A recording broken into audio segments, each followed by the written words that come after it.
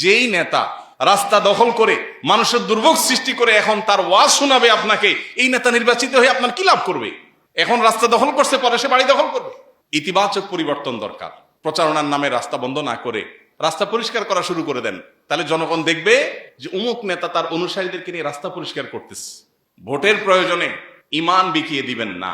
Vote কেনা বেচা, যারা কিনছেন তারা হারাম দিচ্ছেন, হারামে জড়িত হচ্ছেন। আর যারা মনে করছেন যে না আমি তো চাই নাই, সাইদা দিয়ে গেছে, আমাকে জোর করে দিয়ে গেছে, তারাও হারাম খাচ্ছেন। যতদিন আমরা নিজেদেরকে পরিবর্তন না করব ততদিন আমাদের নেতা, আমাদের শাসকরা পরিবর্তন হবে না। আল্লাহ বলেছেন, ইন্নাল্লাহা লা ইউগাইয়িরু মা বিকওমিন হাত্তা ইউগাইয়িরু মা বিআনফুসিহিম। কোন জাতি যদি নিজেরা পরিবর্তিত না হয় তাহলে তাদেরকে আল্লাহ তাআলা পরিবর্তন করবেন না, তাদের জাতীয় পর্যায়ে পরিবর্তন হবে না। নির্বাচন পাগল বা নির্বাচন প্রেমী কিংবা নির্বাচনের প্রতি প্রচন্ড রকমের আগ্রহ উদ্দীপনা কাজ করা জাতি আমরা। সারা বছর যেহেতু দেশের কোনো পলিসি মেকিংয়ে অন্য কোনো ক্ষেত্রে আমাদের তেমন কোনো রোল প্লে করার সুযোগ থাকে না, বহু বছর পর, বহুদিন পর একবার একটু ভোট দেওয়ার সুযোগ তৈরি হয়, এতেই আমরা অনেক খুশি।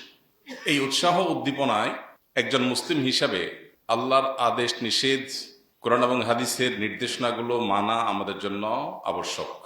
কোনো উন্মাদনা, কোনো উৎসাহ, কোনো উদ্দীপনা, কোনো আগ্রহ ইমানদারের আল্লাহর কাছে জবাবদিহিতার জায়গা থেকে বাইরে না।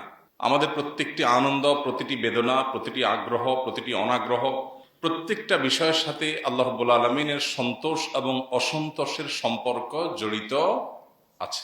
এমন মনে করবার কোনো সুযোগ নাই এটা বোধহয় আমার ইমানদারের আল্লাহর গোলামি এবং দাসত্বের যে জীবন সেটার বাইরের জীবন। কি বলেন, এরকম কোন জীবন আছে আমাদের? ইন্না সলাতি ওয়া নুসুকি ওয়া মাহইয়ায়া ওয়া মামাতি লিল্লাহি রাব্বিল আলামিন। আমাদের নামাজ, আমাদের কোরবানি, হজ, আমাদের জীবন, আমাদের মরণ সবকিছু আল্লাহর জন্য উৎসর্গ আমরা করেছি। ইসলাম গ্রহণ করার মানে আল্লাহ রব্বুল আলামিনকে রব্বুল আলামিন হিসাবে, এলাহুল আলামিন হিসাবে, তাকে মাবুদ এবং উপাস্য হিসাবে, একমাত্র আমার আদেশ এবং নিষেধের মালিক হিসেবে স্বীকৃতি দিয়ে আমি তার দাসত্ব গ্রহণ করলাম, মানে ইসলাম গ্রহণ করলাম। অতএব আমাদের জীবনের এই অংশটা, এই পার্টটা যেটা এখন আমরা যেটার সাথে জড়িয়ে আছি বা যেটার সাথে আমরা জড়িত আছি, এই পার্টটাকে আমাদের মুসলমানি জীবনের বাইরের কোনো পার্ট বা অংশ মনে করবার কোনো কারণ নাই। দুর্ভাগ্যজনক হলেও সত্য যে নির্বাচনকে ঘিরে আমরা প্রার্থীরা বলুন, রাজনৈতিক দলগুলো বলুন, আমরা যারা সাধারণ ভোটার আছি তারা বলুন, কিংবা প্রার্থীদের যে সমস্ত কর্মী বা নেতা আছেন, এজেন্ট আছেন তাদের কথা বলুন, কিংবা প্রশাসনের বিভিন্ন শ্রেণীর কর্মকর্তা বা বিভিন্ন সেক্টরের মানুষজন যারা যেভাবে ইনভলভ আছেন এর সাথে, আমরা অনেকেই এই নির্বাচনকে ঘিরে এমন অনেক কাজ করছি যেগুলো অ্যাজ এ মুসলমান আমাদের করার কোনো রাইট নাই, কোনো সুযোগ নাই। আল্লাহর কাছে জবাবদিহিতার কাঠগড়ে আমাদেরকে দাঁড়াতে হবে। এই কারণে এরকম অনেকগুলো বিষয় আছে। আমরা খুব ছোট ছোট করে কয়েকটা বিষয় আপনাদেরকে স্মরণ করিয়ে দিতে চাই, যাতে আমরা অন্তত এই ভায়োলেশনগুলো থেকে, এই অন্যায় থেকে বেঁচে থাকার চেষ্টা করি এবং সামাজিক সচেতনতা সৃষ্টি করতে পারি। নাম্বার 1, নির্বাচনকে ঘিরে যে সমস্ত শরিয়ার ভায়োলেশন হয়, কোরআন এবং হাদিসের বাইরের যে সমস্ত কাজ সেগুলো হয়ে থাকে, এর মধ্যে অন্যতম বা মোটা দাগের সবচেয়ে বড় যে সমস্যাটা হয় সেটি হলো আমরা গণতান্ত্রিক বিধি ব্যবস্থায় অভ্যস্ত। এই সমাজে আমরা অনেক প্র্যাকটিসিং মুসলমান আছি, আমরা ভুলেই গেছি কোরআনে কারীমের একটি আয়াত। আল্লাহ বলেছেন, ইনিল হুকমু ইল্লা লিল্লাহ। শাসন, নির্দেশ এটা শুধুই চলবে কার? আল্লাহ। শুধু নামাজের সময় আল্লাহ কিভাবে রুকু করতে বলেছেন, কিভাবে সিজদা করতে বলেছেন, এইটুকু যদি আপনি বিশ্বাস করেন, আর বাইরের জগতে আপনি কিভাবে চলবেন, কিভাবে চলবেন না, সেখানে আল্লাহর নির্দেশের প্রাসঙ্গিকতা যদি আপনার বিশ্বাস না থাকে, তাহলে আপনার সম্পর্কে আল্লাহ তাআলা কোরআনে বলেছেন, আফাতুমিনুনা বিবাদিল কিতাবি ওয়া তাকফুরুনা বিবাদ। তোমরা কোরআনের কিছু অংশের প্রতি ঈমান আনো আর কিছু অংশকে অস্বীকার করো। ব্যাপারটা কি সেরকম? গণতান্ত্রিক এই বন্দোবস্ত এটা বড়জোর আমাদের সমাজের বিদ্যমান বাস্তবতা, এর বাইরে কিছু না। এটাই মানবতার একমাত্র চূড়ান্ত বা বাস্তবিক সমাধান না। আমরা যারা 5 ওয়াক্ত নামাজ পড়ি, অনেক প্র্যাকটিসিং মুসলমান আছেন, নিয়মিত ইসলাম প্র্যাকটিস করার চেষ্টা করেন, এরকম অনেক ভাই বোন আছে। এই জায়গায় বড় দাগের বিশ্বাসগত ত্রুটি, ইমানের ত্রুটি আছে। আমরা অনেকেই মনে করি যে এই যুগে মানুষের শাসিত হওয়ার, সমাজ শাসিত হওয়ার, সমাজে ন্যায় নিষ্ঠা, ন্যায় বিচার, সবার অধিকার প্রতিষ্ঠা হওয়ার একমাত্র রুট হলো গণতন্ত্র। গণতন্ত্রে অনেক ভালো ভালো কথা বলা আছে যেগুলোর সাথে ইসলামের হয়তো সংঘর্ষ নাই, কিন্তু মোটা দাগে ইসলামটা হলো দাসত্ব, আল্লাহর শাসন, আল্লাহর, যারা আল্লাহর প্রতি বিশ্বাস করবে না তাদের অধিকারও সুসংরক্ষিত, তাদের অধিকারও সুসংরক্ষিত। আমরা গণতান্ত্রিক সমাজে থাকার পর ইসলামিক রাজনীতি যারা করেন তারাও অনেক সময় দেখা যায় যে তারা ইসলামের যে সুমহান জীবন ব্যবস্থা, ইসলামের যে সুমহান নীতিমালা, কোর যে ইসলামের বিষয়গুলো আছে, সে বিষয়গুলোকে অনেক সময় আমরা ভুলে যাই। ভিন্ন বাস্তবতার সাথে অভ্যস্ত হতে হতে আমরা ভুলে যাই যে আমাদের শাসিত হওয়ার কথা আল্লাহর আদেশ এবং নিষেধ দ্বারা। গণতন্ত্রের অনেক বিউটি আছে, থাকতে পারে। আল্লাহ রাব্বুল আলামিন কোরআনে কারিমে আহলে কিতাবদের, অমুসলিমদের, ইহুদি খ্রিস্টানদের মধ্যে যে ভালো গুণ ছিল তখন, সেগুলোর প্রশংসা আল্লাহ কোরআনে করেছেন। যে আহলে কিতাবদের মধ্যে কেউ কেউ আছেন, তাদের কাছে তোমরা যদি কিছু অর্থ করে রাখো তাহলে তারা আমানতদারিতার সাথে ফেরত দিবে। সবাই অসৎ না, ব্যক্তিগত জীবনে অনেকে সৎ আছেন, আল্লাহ তাআলা সেই স্বীকৃতি দিয়েছেন। অতএব গণতান্ত্রিক বিধি ব্যবস্থার ভালো দিক থাকতে পারে কোনো কোনো ক্ষেত্রে, কিন্তু বাস্তবতা হলো যে আজকে গোটা বিশ্বব্যাপী আমরা যদি তাকাই দেখতে পাবো সভ্যতার আড়ালে নীরব নিষ্পেষণের এক অন্যতম যন্ত্র হিসাবে এটা আজ ব্যবহার করা হচ্ছে। আপনি যদি আফ্রিকা যান, আফ্রিকার সম্পদ লুট করাটাকে হালাল মনে করে এই তথাকথিত গণতন্ত্রের মহাজনেরা। ইউরোপিয়ান দেশগুলো এই গরিব আফ্রিকানদের সম্পদ লুট করাকে তাদের অধিকার মনে করে। এক একটা গরিব দেশে তাদের অনেকগুলো এয়ারপোর্ট করা, নিজেদের বিমান এসে নামে এবং চলে যায়, সেখানকার বিভিন্ন মূল্যবান সম্পদ তারা চুরি করে, বরং ডাকাতি করে। এটাকে তাদের অধিকার মনে করে। এটা বাধা দিতে আসলে সেটা সন্ত্রাস হয়, আর সেই সন্ত্রাস দমন করার জন্য তথাকথিত শান্তিরক্ষা মিশন প্রতিষ্ঠা করে। এই বাস্তবতা বুঝেন না আজকের পৃথিবীতে এমন মানুষ কয়জন আছে যারা এটা করেছেন। এখন তাদের উপর আবার আরেক শক্তির চোখ পড়েছে, এখন তারা আবার এদের একটা ভূখণ্ড নিয়ে যেতে চায়, মনে চাইলো নিয়ে যাবে। যাই হোক, আমি যে জায়গায় ছিলাম সেটি হলো আল্লাহ রাব্বুল আলামিনের আদেশ নিষেধ দ্বারায় আমরা শাসিত হওয়ার, বিশ্ববাসী পরিচালিত হওয়ার বাইরে অন্য কোনো এমন বিকল্প নেই যে জীবন আপনার পরিচালনার পদ্ধতি বা পলিসি পৃথিবীর মানুষকে সবার অধিকার সমান হারে যথাযথভাবে দিতে পারে, প্রতিষ্ঠিত করতে পারে, প্রকৃত অর্থে ইনসাফ প্রতিষ্ঠিত করতে পারে। এরকম ব্যবস্থাপনা ইসলাম ছাড়া আর কোনোটাই নাই। কোনোটা সাময়িক খুব মুখরোচক মনে হবে, একটা সময় সেটার বাস্তবতা মানুষের কাছে উপলব্ধি হবে, পরিষ্কার হবে, টুডে অর টুমরো। এই বিশ্বাসের জায়গাটা আমাদের কাছে একেবারে স্পষ্ট থাকতে হবে। হ্যাঁ, আমরা একটা বিদ্যমান বাস্তবতার মধ্যে আছি। সো আমি পারছি না আল্লাহর আদেশ নিষেধ দ্বারা শাসিত হতে, এটা আমার দুর্বলতা। আমি যেই রাজনীতি করি না কেন, এটা আমার দুর্বলতা যদি স্বীকার করি যে এটা আমরা পারছি না, এটা আজকের বিশ্ব বাস্তব ব্যবস্থা বা আমাদের সমাজ ব্যবস্থার বা আমাদের নিজেদের ত্রুটি, আমাদের ঘাটতির জায়গা, এর জন্য বরং ইস্তেগফার যদি করি, আল্লাহর কাছে অপরাধের বোধ যদি থাকে, তাহলে এটা ক্ষমা আছে। আর যদি মনে করি না, ইসলাম এখন চলে না, আসলে ইসলাম নামাজ রোজা ঠিক আছে, ওয়াজ নসিহত ঠিক আছে, কিন্তু এই সমস্ত বিষয়গুলোর ক্ষেত্রে ইসলামের সেই কার্যকারিতা নাই, এরকম যদি কেউ মনে করে, বিশ্বাস করে, তাহলে আর যা হোক তার নিজেকে মুসলিম দাবি করবার কোনো সুযোগ থাকে না। আল্লাহ রাব্বুল আলামিন বলেছেন, ইনিল হুকমু ইল্লা লিল্লাহ, শাসন আল্লাহর। আমরা আল্লাহ তা'বুদু ইল্লা ইয়াহ, আল্লাহ নির্দেশ করেছেন আল্লাহ ছাড়া আর কারোর দাসত্ব করা যাবে না। যালিকা দ্বীনুল কাইয়্যিম, এটাই হলো সঠিক চূড়ান্ত জীবন ব্যবস্থা, দিন, আল্লাহর পক্ষ থেকে দেওয়া দিন, এটাই সঠিক। ওয়ালাকিন্না আকসারান নাসি লা ইয়ালামুন, তবে বেশিরভাগ মানুষ জানে না, বেশিরভাগ মানুষই সমাজে বুঝে না।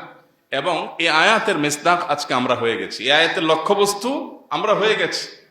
এর বাস্তব উদাহরণ আমরা, যে বেশিরভাগ মানুষই বুঝেন না যে আল্লাহ রাব্বুল আলামিন আমাদেরকে পরিপূর্ণ জীবন ব্যবস্থা দিয়েছেন, এটা শুধুমাত্র ইবাদত সর্বস্ব দিন না। অতএব এই জায়গাটা আমাদের অত্যন্ত ক্লিয়ার থাকতে হবে। নাম্বার 2, নির্বাচনকে ঘিরে যে দ্বিতীয়ত অন্যায়টি, গুনাহটি, আল্লাহর আদেশ নিষেধের লঙ্ঘন, কোরআন হাদিসের নাফরমানে, আল্লাহর নাফরমানে যেটি হয়ে থাকে সেটি হলো আমরা সত্যকে মিথ্যার সাথে অনেক সময় মিশ্রণ করে ফেলি শুধু একটু ভোটে জেতার প্রয়োজনে। দুর্ভাগ্যজনক বাস্তবতা, ইসলামিক দলগুলোর মধ্যেও এই প্রবণতা অনেক ক্ষেত্রে বা দলগুলোর নেতাদের ক্ষেত্রেও দেখা যায়, অন্যদের মধ্যে তো আছেই। আমাদের উচিত সতর্ক হওয়া, আমাদের উচিত সংশোধন হওয়া। আল্লাহ রাব্বুল আলামিন বলেছেন, ওয়ালা তালবিসুল হাক্কা বিল বাতিল, সত্যকে তোমরা মিথ্যার সাথে, বাতিলের সাথে সত্যকে তোমরা হককে মিশায় ফেলো না। সত্য সত্য, মিথ্যা মিথ্যা, পরিষ্কার। তোমরা সামান্য স্বার্থের জন্য, সামান্য সুবিধার জন্য, কৌশলের নামে, নানা নামে তোমরা সত্যকে মিথ্যার সাথে মিশিয়ে ফেলবে না। জেনে বুঝে এই কাজটা করতে আল্লাহ তাআলা নিষেধ করেছে। আমরা দেখি অনেক সময় রাজনৈতিক দলগুলো, রাজনৈতিক দলের নেতারা, কর্মীরা, অনেক সময় সমর্থকরাও দেখা যায় ভোটের রাজনীতির সুবিধা আদায়ের জন্য অমুসলিমদের সাথে এমনভাবে কথা বলেন বা অমুসলিমদের সম্পর্কে এমন মন্তব্য করেন যেটা তার ইসলামের গণ্ডিকে ক্রস করে যায়। আছে না নাই? আপনি যেই রাজনীতি করেন, আপনি যেই দল করেন, এমনকি আপনি যদি ইসলামিক রাজনীতিও করেন, আপনি হিন্দুদের মন্দিরে গিয়ে তাদের সাথে আপনি একাত্মতা পোষণ করা, তাদের বিশ্বাসের সাথে একাত্মতা পোষণ হয় এমন কোন কথা, কাজ, উক্তি, আচরণ আপনি করতে পারেন না। এটা আপনার বিশ্বাসের সাথে বিশ্বাসঘাতকতা, আত্মপ্রবঞ্চনা, আত্মপ্রতারণা, নিজেকে নিজে প্রতারণা করার শামিল। আপনি বিশ্বাস করছেন লা ইলাহা ইল্লাল্লাহ, আল্লাহ ছাড়া সত্যিকারের কোনো মাবুদ নাই, এটা আপনার বিশ্বাস। বাট আপনি বলছেন যে সবই ঠিক আছে, রুট সব ঠিক আছে, অথবা আপনি তাদেরকে খুশি করার জন্য এমন কিছু করলেন যেটা তাদের শিরকে শামিল হওয়ার অন্তর্ভুক্ত। এই যদি হয় আচরণ একটু ভোটের সুবিধার জন্য, তো মনে রাখবেন এই মানুষ জিতে কখনো দেশের মানুষের সাথে তার কৃত ওয়াদা পূরণ করবে না। যে আল্লাহর সাথে দেওয়া ওয়াদা রক্ষা করে না, সে বান্দার সাথে দেওয়া ওয়াদা রক্ষা করবে না। সাময়িক ভালো সাজা, দুনিয়াতে কিছু সুবিধা হয়তো আপনাকে এনে দিবে, মনে রাখবেন আল্লাহর কাঠগড়ার আসামি হওয়া থেকে আপনি রক্ষা পাবেন না। মুখে লম্বা দাড়ি থাকলেও লাভ হবে না, বড় আলেম হইলেও কাজ হবে না, ইসলামিক দলের ক্যান্ডিডেট হলেও কাজ হবে না, অন ইসলামিক দল হইলেও কাজ হবে না। সবার ক্ষেত্রে একই কথা প্রযোজ্য। ভোটের প্রয়োজনে ঈমান বিকিয়ে দিবেন না। মনে রাখবেন আমাদের অন্য ধর্মাবলম্বী ভাই বোনদেরও মাথায় রাখা উচিত, মুসলমান যদি সত্যিকারের মুসলমান হয় তাহলে তার কাছে অন্য ধর্মাবলম্বীরা সবাই সবচেয়ে বেশি নিরাপদ ইনশাআল্লাহ। আপনি ইসলামের ইতিহাস একটু ঘাঁটেন, মুসলিম শাসকদের মধ্যেও জুলুম ছিল, একেবারে সবাই দুধের দোয়া ছিল এমন না, কিন্তু তুলনামূলক মুসলিম শাসকদের শাসন যখন পৃথিবীতে ছিল, বেশিরভাগ ক্ষেত্রেই দেখা যায় যে তারা অন্যদের মতো পৃথিবীকে নিষ্পেষণ আর জুলুম উপহার দেন নাই। তারা চেষ্টা করেছেন, তাদের ত্রুটি বিচ্যুতি এগুলোকে স্বীকার করে নিয়েও বলতে হবে যে তারা চেষ্টা করেছেন পৃথিবীকে ইনসাফ উপহার দেওয়ার। বেশিরভাগ ক্ষেত্রে এটা ঘটেছে, বিচ্ছিন্ন বা ব্যতিক্রম ঘটনাও আছে। এরপরও আমাদের সমাজে কেউ যদি সত্যি আল্লাহকে ভয় করেন তাহলে তিনি কোনো অমুসলিমের সম্পদ দখল করতে পারেন না। পারেন? অন্য ধর্মাবলম্বী হলে তার সাথে আমার মতের ভিন্নতা আছে, আমি মনে করি সে ভ্রান্ত ভুল পথে আছে, আমি মনে করি সে শিরকে লিপ্ত আছে, আমি মনে করি সে আল্লাহর নাফরমানি করছে, তাই বলে তার সম্পদের একটা সুতো এটা দখল করার কোনো অধিকার ইসলাম আমাকে দেয় নাই। তার প্রতি কোনো অবিচার করার, তার সাথে কোনো মুসলমানের দ্বন্দ্ব হলে মুসলমান আমার লোক বলে, নামাজি মানুষ বলে, আমার দিনী ভাই বলে তার পক্ষ অবলম্বন করে কোনো অমুসলিমের অধিকার বিন্দু পরিমাণ নষ্ট করার কোনো রাইট ইসলাম আমাকে দেয় নাই।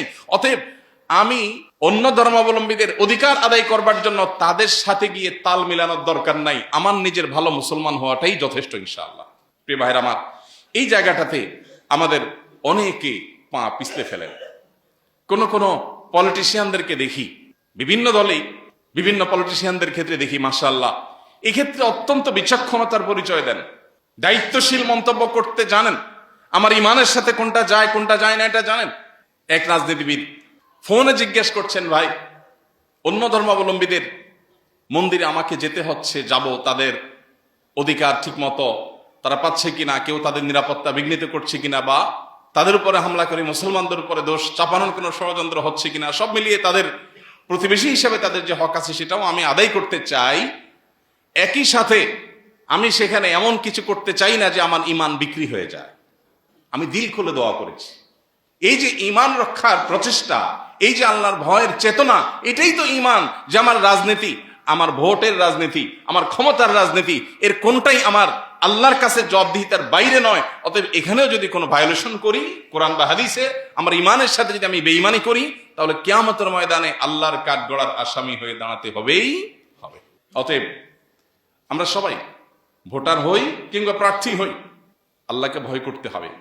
এই উৎসব, এই আগ্রহ, এই উদ্দীপনা, এটা শেষ হয়ে যাবে, কিন্তু আমল নামা কি যুক্ত হচ্ছে সেটা কিন্তু থেকে যাবে, ভালো হোক আর মন্দ হোক। অতএব আমরা আল্লাহকে যেন ভয় করি, আল্লাহ আমাদেরকে সেই তৌফিক দান করুন। প্রিয় ভাইরা আমার, আল্লাহ তাআলা বলেছেন লা ইয়াত্তাখিযুল মুমিনুনা আল কাফিরিনা আউলিয়া মিন দুনিল মুমিনিন। ঈমানদাররা যেন অমুসলিমদেরকে, কাফিরদেরকে, আল্লাহর প্রতি যারা অবিশ্বাসী, তাদেরকে যেন বন্ধু হিসাবে গ্রহণ না করে। বন্ধু হিসাবে গ্রহণ করা বলতে অন্তরঙ্গতা, স্বাভাবিক যে বন্ধুতা, সামাজিকতা, সেটা নির্দেশ তো ইসলাম দিয়েছে। কিন্তু এখানে বন্ধুতা বলতে শত্রু আর বন্ধুর ব্যাপার, পক্ষ আর বিপক্ষের ব্যাপার। আমি যেহেতু তাওহীদে বিশ্বাস করি, আমি তো তাওহীদের পক্ষের, সো আমি শিরকের পক্ষ অবলম্বন করতে পারি না। এটা হলো বন্ধুতা। তো আল্লাহ বলেছেন যে অভিভাবক হিসাবে ইমানদারদের বাদ দিয়ে বেঈমানদেরকে কোনো ইমানদার গ্রহণ করতে পারে না। আর যে ব্যক্তি এরকম করবে, আল্লাহ তাআলা বলেছেন ফালাইসা মিনাল্লাহি ফি শাই। যে ব্যক্তি এমন করবে, সে ব্যক্তি আল্লাহর কাছে তার কিছুই থাকবে না। এবং আল্লাহ তাআলা বলেছেন ওয়াইহাযযিরুকুমুল্লাহু নাফসাহ। আল্লাহ কিন্তু তার জাতে পাকের ব্যাপারে তোমাদেরকে সতর্ক করছেন, আল্লাহকে ভয় করো, সাবধান, সামান্য হীন স্বার্থের জন্য ঈমান বিকিয়ে দিও না। আমাদের অনেকে আছেন, আমাদের দেশের পার সেকুলারদের বা বিদেশিদের যারা বিভিন্ন এজেন্ডা নিয়ে এদেশে কাজ করতে চায় বা করে, এদেরকে খুশি করার জন্য অনেক কথা বলেন। অনেক সময় দেখা যায় ইসলামকে একটু খোঁচা দিয়ে উনি একটু উদার সাজার চেষ্টা করেন, আল্লাহর বিধানের বিরুদ্ধে অবস্থান নিয়ে উনি একটু ব্রড সাজার চেষ্টা করেন। এগুলো সবগুলোই হলো সামান্য দুনিয়ার স্বার্থের জন্য ঈমান বিক্রি করা। আল্লাহ তাআলা আমাদেরকে এটা থেকে বেঁচে থাকার তৌফিক নসিব করুন। তৃতীয়ত যে ভায়োলেশন হয় সেটি হলো ভোট কেনা বেচা। এটা আমি এর আগেও বলেছি, নির্বাচনকে ঘিরে, সেটা জাতীয় নির্বাচন হোক আর স্থানীয় নির্বাচন হোক, নির্বাচনকে ঘিরে এই অপরাধ, এই অন্যায় আমাদের দেশে ওপেন সিক্রেট। প্রচলিত আইনে সেটা নিষিদ্ধ হওয়া সত্ত্বেও আমরা দেখা যায় এই কাজটা অনেক সময় করি। যে বা যারা এটার সাথে জড়িত থাকবেন, আপনি শুধু টাকা বন্টনের দায়িত্ব পাইছেন, টাকা বন্টন করতেছেন, তাহলে এই ক্ষেত্রে আপনিও দায়ী থাকবেন। মনে রাখবেন, এই মতামত দেওয়া, আমি আমার মত বললাম, ভোট দিলাম মানে আমার মত জানালাম, সাক্ষ্য দিলাম, এটা এক প্রকারের সাক্ষ্য। আমরা গণতান্ত্রিক বিধি ব্যবস্থা সম্পর্কে বলেছি যে আল্লাহ রাব্বুল আলামিন আমাদেরকে যে জীবন ব্যবস্থা দিয়েছেন সেটা আমাদের কাছে পরিষ্কার, এবং সেটাই হলো আমাদের একমাত্র অবলম্বন। আর গণতান্ত্রিক বিধি ব্যবস্থা, বন্দোবস্ত, এটা হলো আমাদের সমাজের বিদ্যমান বাস্তবতা মাত্র। এর মধ্যে থেকেও যখন আমি মতামত দেবার সুযোগ পেয়েছি, আমি আমার সাধ্য অনুযায়ী আমার বিবেক বুদ্ধি খরচ করে দেশের মুসলিম মিল্লাতের এবং ইসলামের স্বার্থ, এটা আমার মাথায় থাকবে সর্বাগ্রে। একজন সৎ যে মানুষটা জিতে পাপাচার করে, অন্যায় অনাচার করে, জুলুম অবিচার করে, খুন রাহাজানি করে, মাস্তানি গুন্ডামি করে মানুষের জীবন অতিষ্ঠ করবে, এবং তার দায়ভার আমাকেও বহন করতে হবে তাকে এই পর্যন্ত যাইতে হেল্প করার কারণে, সেই লোককে আমি ভোট দিচ্ছি কিনা বা আমার ভোটটা সেখানে যাচ্ছে কিনা, এই জবাবদিহিতার বোধ যেমন বিবেকের কাছে থাকতে হবে, ঠিক একইভাবে সামান্য একটু স্বার্থের কারণে বিক্রি হয়ে যাচ্ছে কিনা, সামান্য একটু স্বার্থের কারণে আমি নিজের আদর্শ বেঁচে ফেলছি কিনা। সাক্ষ্য বিক্রি করা যায় না। অনেক জিনিস বেচা যায়, যেটা বেচা যায় সেটা বেচেন, শরিয়া যেটা আপনাকে অনুমোদন করেছে। কিন্তু আপনার কোনো জায়গায় সাক্ষী দেওয়ার ব্যাপার আসছে, কোন একটা ইস্যুতে কোনটা সত্য, কোনটা উচিত, কোনটা আপনার বেশি হকদার, এইটা বলার জন্য আপনার কাছে বল আপনার কোর্টে গেছে, আপনি মতামত দেবার সুযোগ পেয়েছেন। এখন যদি আপনি সুবিধা নিয়ে সত্য কথাটাও বলেন, তারপর আপনি হারাম করুন। আমি কি বুঝাতে পারছি? টাকার বিনিময়ে যদি সত্যটাও বলেন, তারপরও আপনি হারাম খেয়েছেন। কারণ সত্য আপনি এমনিতেই বলতে বাধ্য। সত্য সাক্ষ্য দেওয়া, এটা কোরআনের সবচেয়ে বেশি যে সমস্ত নির্দেশগুলো হয়েছে তার মধ্যে থেকে একটা, সত্য সাক্ষ্য দেওয়া। আপনি সত্য সাক্ষ্য এমনি দিতে বাধ্য। আপনি মিথ্যা সাক্ষ্য দিতে পারেন না একজন মুসলমান হিসাবে। মিথ্যা তো এমনি মিথ্যা, আবার যখন সাক্ষ্য মিথ্যা হয় তখন ডবল গুনাহ হয়। অতএব আপনি সত্য সাক্ষ্য, আপনার মতামত দেওয়ার যে আমানত, আপনার যে সাক্ষ্য দেওয়ার সুযোগ, এই সাক্ষ্য দেওয়াটা সত্যটা আপনাকে দিতেই হবে। তার বিনিময়ে যদি কোনো সুবিধা গ্রহণ করেন, ধরেন দুজনের মধ্যে গন্ডগোল হয়েছে, মারামারি হয়েছে, আপনি দেখেছেন, আপনি সাক্ষী। এখন সাক্ষী দিতে এসে যে দোষী আপনি সেটা বলতে হবে, যে নির্দোষ তারটাও বলতে হবে। এখন নির্দোষ যে, তাকে নির্দোষই বলছেন, সত্যটাই বলছেন, কিন্তু বিনিময়ে ওই লোকের কাছ থেকে একটু সুবিধা গ্রহণ করেছেন, হারাম, এটা ঘুষ খেয়েছেন। চিন্তা করলেন সারা বছর সরকারের বড় বড়, দেশের বড় বড় চেয়ারে বসে বড় বড় নেতারা, মন্ত্রী, এমপিরা, তারা তো সব খায়, আমি তো সারা বছর খাইতে পারি না, নির্বাচন উপলক্ষে 500-1000 খাই, বাঘে খাইলাম সবাই। দেশটা একা কিছু মানুষ লুট করবে কেন? আমরাও করি, এটাও ঘুষ। তারা যেটা খায় সেটাও ঘুষ। আর যদি আমরা সিদ্ধান্ত নিই যে ঠিক আছে আমরা চোরে চোরে খালাতো ভাই, তারা দেশের বড় বড় অঙ্কের লুট করবে আর আমরা নির্বাচনের সময় 500-1000-2000 টাকার ঘুষ খাবো, তাহলে সেও ঘুষখোর, আমিও ঘুষখোর। দিন শেষে যে চোর তার নেতাও চোর, যে ঘুষখোর তার নেতাও ঘুষখোর। আল্লাহ রাব্বুল আলামিন আমাদের এতটুকু ঈমানী শক্তি দান করুন, আমরা যেন এই হারামগুলোকে না করতে পারি। চেষ্টা করা যাবে না ইনশাআল্লাহ? যতদিন আমরা নিজেদেরকে পরিবর্তন না করব, ততদিন আমাদের নেতা, আমাদের শাসকরা পরিবর্তন হবে না। আল্লাহ বলেছেন, ইন্নাল্লাহা লা ইউগাইয়িরু মা বিকওমিন হাত্তা ইউগাইয়িরু মা বিআনফুসিহিম। কোন জাতি যদি নিজেরা পরিবর্তিত না হয়, তাহলে তাদেরকে আল্লাহ তাআলা পরিবর্তন করবেন না, তাদের জাতীয় পর্যায়ে পরিবর্তন হবে না। অতএব আমাদের প্রত্যেকটা মানুষকে আল্লাহর ভয় অন্তরে লালন করতে হবে, তাকওয়া অবলম্বন করতে হবে, সত্যবাদিতার পথে আসতে হবে, অন্যায়ের পথ থেকে বেরিয়ে আসতে হবে। অন্যায় কথা বলা যাবে। ঠিক একইভাবে ভোট কেনা বেচা, যারা কিনছেন তারা হারাম দিচ্ছেন, হারামে জড়িত হচ্ছেন। আর যারা মনে করছেন যে না আমি তো চাই নাই, সাইদা দিয়ে গেছে, আমাকে জোর করে দিয়ে গেছে, তারাও হারাম খাচ্ছেন। কারণ আপনি আপনার সত্য সাক্ষ্য দিতে বাধ্য এজ এ মুসলমান। আপনি সাক্ষ্য না দেন সেটা এক জিনিস, সাক্ষ্য দিতে গেলে আপনি মিথ্যা সাক্ষী এমনি দিতে পারবেন না। অতএব এখানে বিনিময় যদি গ্রহণ করেন, মানুষের যদি বাধ্যতামূলক অপরিহার্য দায়িত্ব পালন করতে গিয়ে কোনো উপরি সুবিধা ভোগ করে, এর নাম ঘুষ। আপনি একটা চেয়ারে আছেন, আপনার কাজ এই বিষয়গুলো দেখা, সেটার বিনিময়ে উপরি হিসাবে যেটা আপনি নিচ্ছেন ওটা ঘুষ। অতএব এই ঘুষ থেকে আমরা বেঁচে থাকার চেষ্টা করবো। আল্লাহ আমাদেরকে তৌফিক দান করুন। এবং এই ঘুষ যাতে সমাজে চলতে না পারে, এ ব্যাপারে আমাদের সবাইকে সজাগও থাকতে হবে। এটা ইসলামে যেমন নিষিদ্ধ, প্রচলিত আইনেও নিষিদ্ধ এবং জঘন্য। অতএব এই জঘন্য কাজটা বা যেন কোনোভাবে হতে না পারে। আমাদের দেশে নির্বাচনকে ঘিরে লক্ষ লক্ষ কোটি কোটি টাকা খরচ করেন এক একজন প্রার্থী। হ্যাঁ, বড় বড় তাদের সভা সমাবেশ করতে হয়, খরচ আছে বুঝি, কিন্তু এই যে ঘুষ লেনদেনের যে খরচ, এই খরচের জন্য তারা প্রত্যেকে, যারা গ্রহণ করবেন ভোটার আর যারা প্রার্থী বা প্রার্থীর লোকজন দিবেন, সবাইকে আমাদের ময়দানে আল্লাহর কাছে আসামি হয়ে দাঁড়াতে হবে। আল্লাহ আমাদের সবাইকে এই ভোট কেন্দ্রিক, নির্বাচন কেন্দ্রিক এই সমস্ত শরিয়া ভায়োলেশন থেকে বেঁচে থাকার তৌফিক দান করুন। আরেকটি গুরুত্বপূর্ণ বিষয় হলো বিভিন্ন মিথ্যা প্রতিশ্রুতির ফুলঝুরি। এটা নির্বাচন আসলে আমরা সাধারণ মানুষ বিশেষ করে শুনতে শুনতে আমাদের কান ঝালাফালা হয়ে যায়, তাই না? মিথ্যা প্রতিশ্রুতির ফুলঝুরি, আমি এটা করব, আমি সেটা করব, আমার দল এটা করবে, আমার দল সেটা করবে। এই যে একটা কমন কালচার আমাদের দেশে আছে, সবগুলো দলই কম বেশ এগুলোর প্র্যাকটিস করে। এই প্রতিশ্রুতি দেওয়া তো খারাপ জিনিস না, কিন্তু মিথ্যা প্রতিশ্রুতি যারা দেয়, যে এলাকার যিনি প্রার্থী সে এলাকায় এইটা করবেন ওইটা করবেন, যেভাবে কথা বলেন তাতে মনে হয় ক্ষেত খামারও রাখবেন না, ওইগুলো সব পাকা করে ফেলবে। এত প্রতিশ্রুতি আর প্রতিশ্রুতি না, এটা হলো আরেকটা ভায়োলেশন। অনেক নামাজি কালায় মানুষ এটা করে।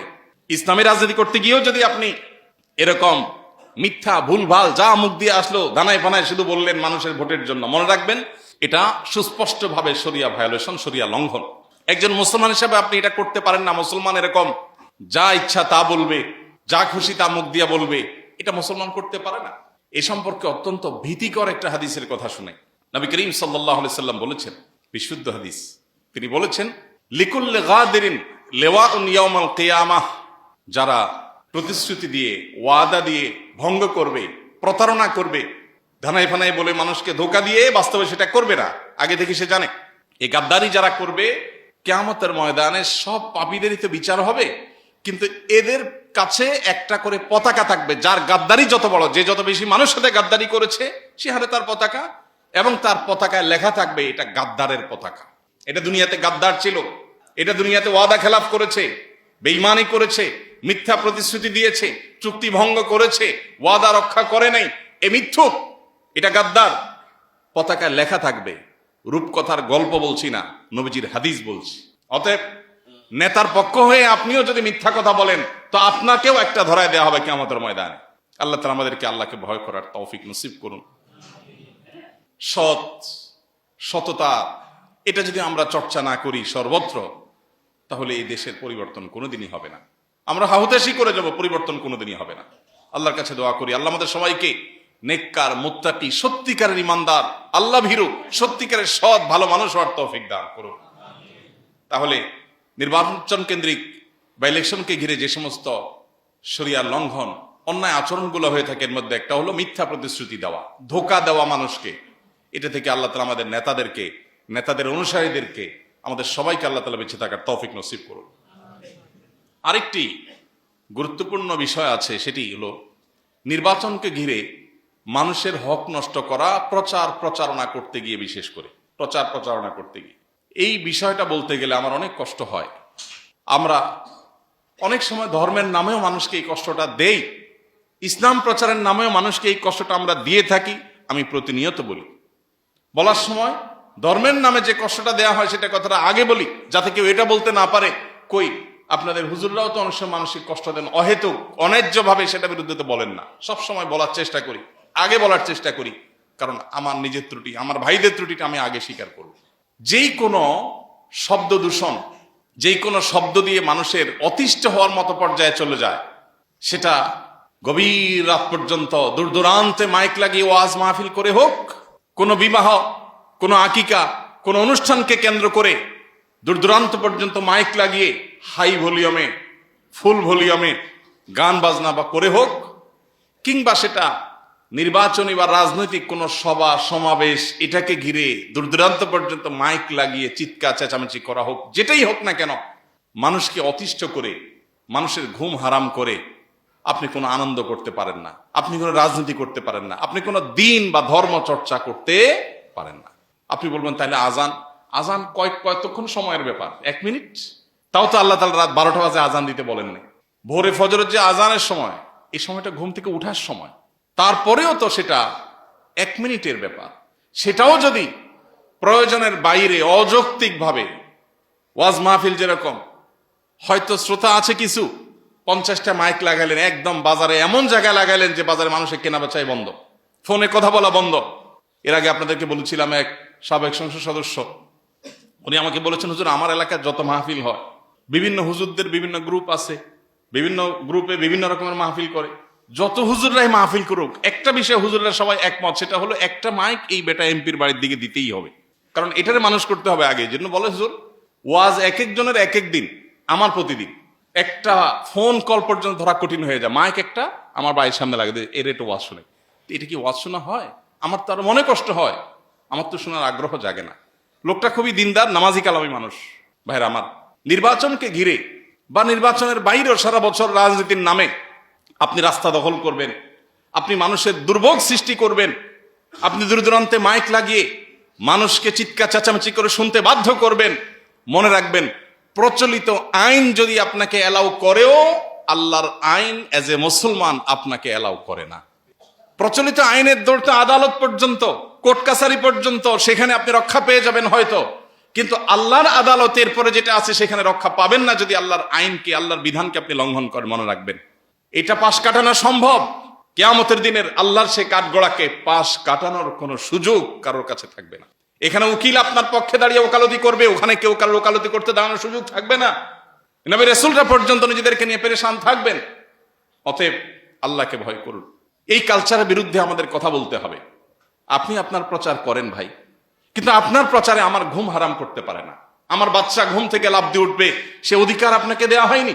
আপনি রাস্তা দখল করে সমাবেশ করবেন আর আমার চলাচলে বিঘ্ন হবে, এটা গ্রহণযোগ্য হতে পারে না। কিন্তু এটা আমাদের সমাজে গা সওয়া হয়ে গেছে, এটাকে আমরা স্বাভাবিক মনে করি। ও নির্বাচন আসছে, তাহলে রাস্তা জ্যাম থাকবেই, রাস্তা দখল করে নেতা। যেই নেতা রাস্তা দখল করে মানুষের দুর্ভোগ সৃষ্টি করে এখন তার ওয়াজ শোনাবে আপনাকে, এই নেতা নির্বাচিত হয়ে আপনার কি লাভ করবে? এখন রাস্তা দখল করছে, পরে সে বাড়ি দখল করবে। আমাদের নেতাদেরকে আল্লাহ তাআলা আল্লাহর ভয় অন্তর লালন করার তৌফিক নসিব করুন। ভাইরা আমার, এই মানুষকে কষ্ট দেওয়ার আর অনেক দিক আছে। একটা তো হলো মাইকের কথা বললাম, রাস্তা দখল করার কথা বললাম, আরেকটা হলো অনুমতি ছাড়া ওয়ালে ওয়ালে চিকা মারা, রাজনৈতিক স্লোগান লেখা আর পোস্টার মারা।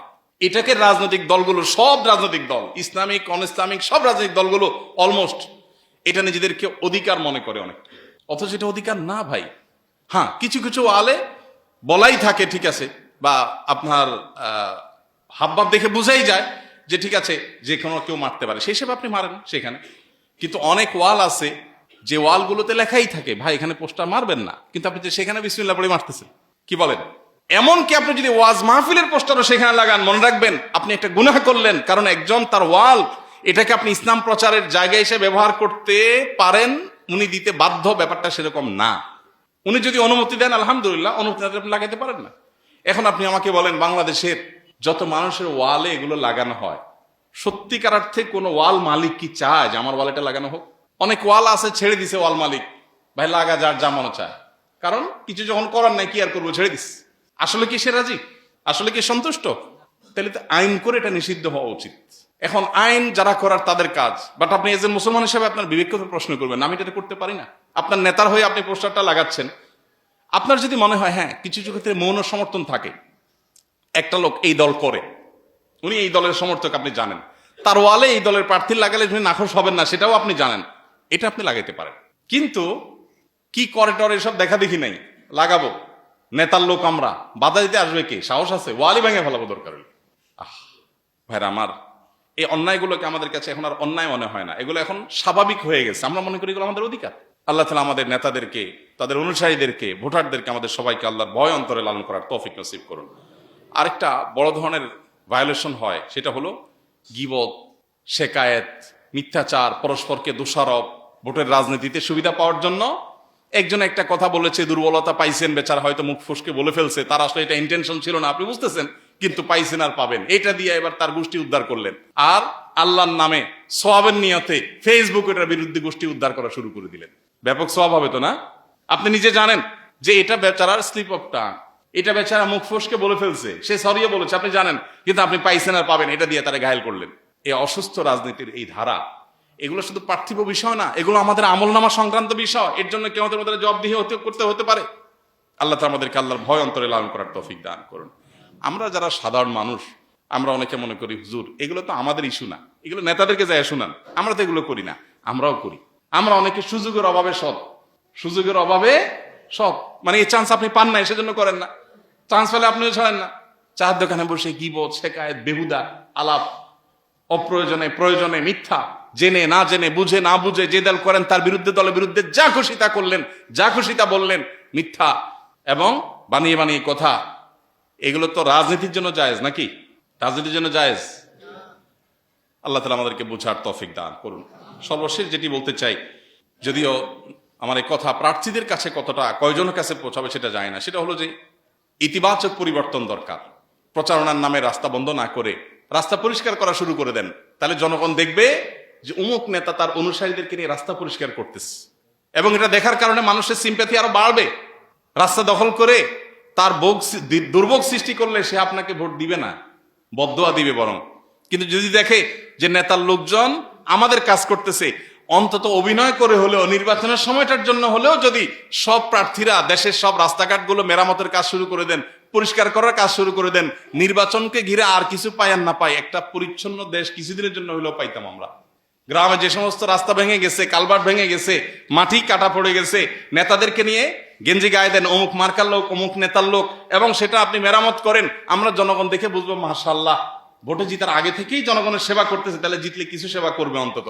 আর জিতার আগেই যদি দুর্ভোগ শুরু করে দেন, মাইক লাগায় আপনার ওয়াজ শুনতে বাধ্য করেন, আপনি যদি অতিষ্ঠ করেন, রাস্তা দখল করেন, তো মানুষ কোত্থেকে আপনাকে ভোট দিবে?